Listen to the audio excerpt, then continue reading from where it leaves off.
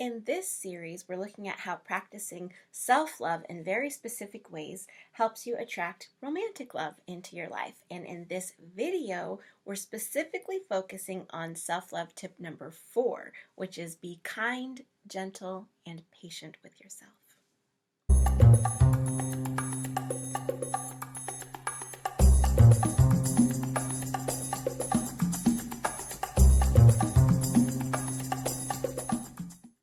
Hi, love. I'm Carisa Montooth, 6th generation certified love coach and energy healer, creator of the Soul Love Method course, helping high vibe single women heal their hearts and attract love. And today we are talking about self-love tips that actually help you attract romantic love. Specifically, we're going to focus today on how to be kind, gentle, and patient with yourself. So, if you have been hearing a lot about self-love and you're not exactly sure what self-love means, a lot of times those terms self-love and self-care get tossed around a lot and they're a little bit different. So that can be a little bit confusing for people. And also, if you're not quite sure what the connection is between self-love, self-care, and attracting a relationship, this video series is for you. So Louise Hay was the queen of self-love, and she wrote tons of books about self-love, including You Can Heal Your Life and Mirror Work, and you can find links to both of those videos in the description. But what we're doing with this series is that we're diving really deeply into Louise Hay's 12 very specific self-love practices that she recommends, and we're making the connection between those and attracting romantic love. So today, specifically, we're going to focus on how to be kind and gentle and patient with yourself. What does that mean and how do we do that? So first, why? Why do we need to be kind, gentle, and patient with ourselves? Well, because when we're healing our hearts and we're moving on past heartache and disappointment and, really bad situations that we were in our love lives, it's a new way of thinking and being and behaving and even speaking, and it takes time to learn that because that's something new. And even though we all want instant results, that's not really how it works. We get changes by practicing something new and practicing it consistently, and that's how we make the progress that we want to make in our healing. So, some of my clients have found that it even takes them a couple of years, to practice self-love and to create that new mindset to the point where they really finally do believe that they deserve to have love. The good news is they do believe that they deserve to have love, finally, right? And sometimes people will think, well, if it took me 2 years, let's say you're 38, and if it was going to take you 2 years to practice self-loving and get to the point where you really believe that you deserved to have good things, then you might be thinking, yeah, but that's going to take until I'm 40 years old. Well, the truth is you're going to be 40 years old eventually anyway, right? God willing. So do you want to be in your 40s and have a deep sense of self-love and have that rich self-esteem and have that mindset, or do you want to be in your 40s without it, right? So it really is just a matter of consistent progress and really making sure that we are kind and gentle and patient with ourselves while we are doing that. The other reason that it's important for us to be kind, gentle, and patient with ourselves while we're healing with ourselves is because beating ourselves up never works. It never works. If you thought about maybe stepping up your health regimen, your healthcare kinds of routines and things that you do, exercise and eating right and those kinds of things. If you've done that from a perspective of punishing yourself because you don't look the way you want to look in the mirror, you find that it usually never works. It doesn't work to come from a place of punishing yourself and beating yourself up. You can be loving to yourself and still change. You can be happy and still change. You don't have to change because you believe you're bad. You can believe that you're good and still change. And really, that's the only way that we make good, lasting, deep changes that stick, that are sustainable, and that we really believe in, is if we can love ourselves right now and still create change. So, you know, if you've one example of how to do this is, let's say that you have discovered that you are dating someone who fits the profile of the kinds of people that you have dated in the past, and they're people that you had unhappy, unsatisfying relationships with. Let's say you're starting to date someone and you recognize right off the bat that this is not somebody who values commitment. And it's not like you're trying to commit too soon or something like that. They're just telling you consistently over and over again that they never want to get married, that they just want to have fun, these kinds of things, and you know that you do want to get married.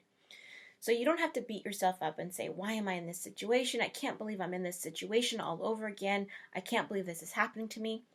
You can stop and you can say, okay, good for me that I recognize this before this goes too far. You can end the relationship, or you can, stop dating the person and be really clear and honest in your communication. Hey, this is not going to work out for me, but you're a great person. You can move on. And then you can be very clear about what it is that you do want in the future, and you can congratulate yourself about making that good change and about doing something that was good for you. So you can really make the change from a place of loving yourself rather than a place of punishing and blaming yourself. You can be kind and gentle and patient with yourself in that way. So how do we actually practice being kind and gentle and patient with ourselves?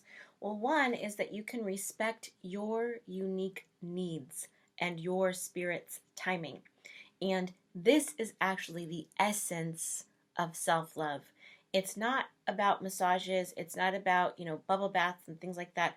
Those things are awesome, and those things are things that you can do if you are loving, wanting to practice love, for yourself.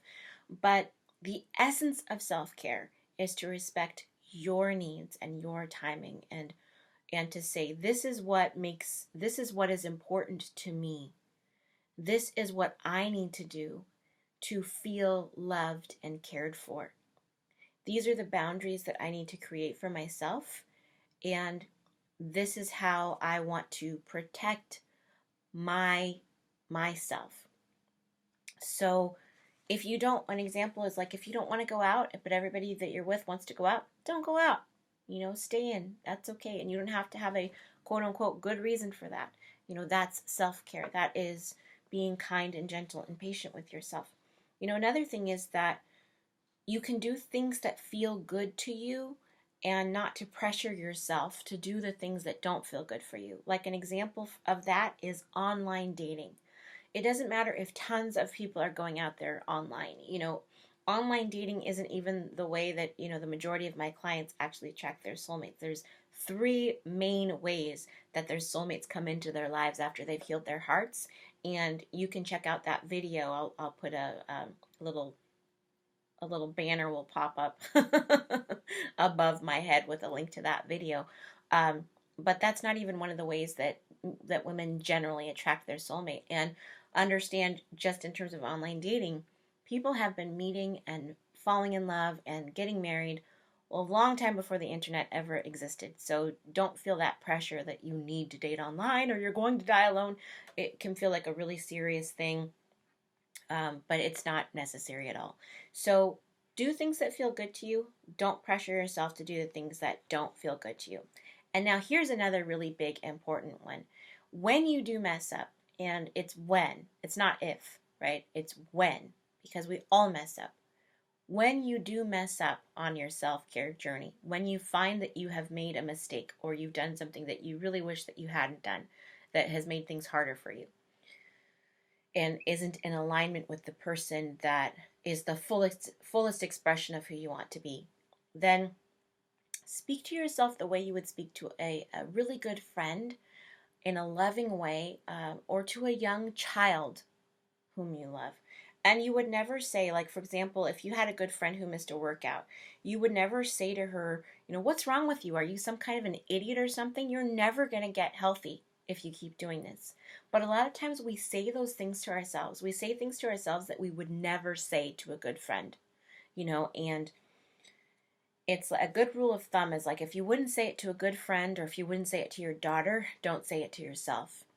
That's kind of an important thing for us to remember, because like I said, a lot of times we're We will say things to ourselves that we would never say to someone else that we loved. And it shows us that we don't always treat ourselves in a loving way. And it gives us an opportunity. It really invites us to be more loving towards ourselves. So now I want to hear from you, high vibe single ladies.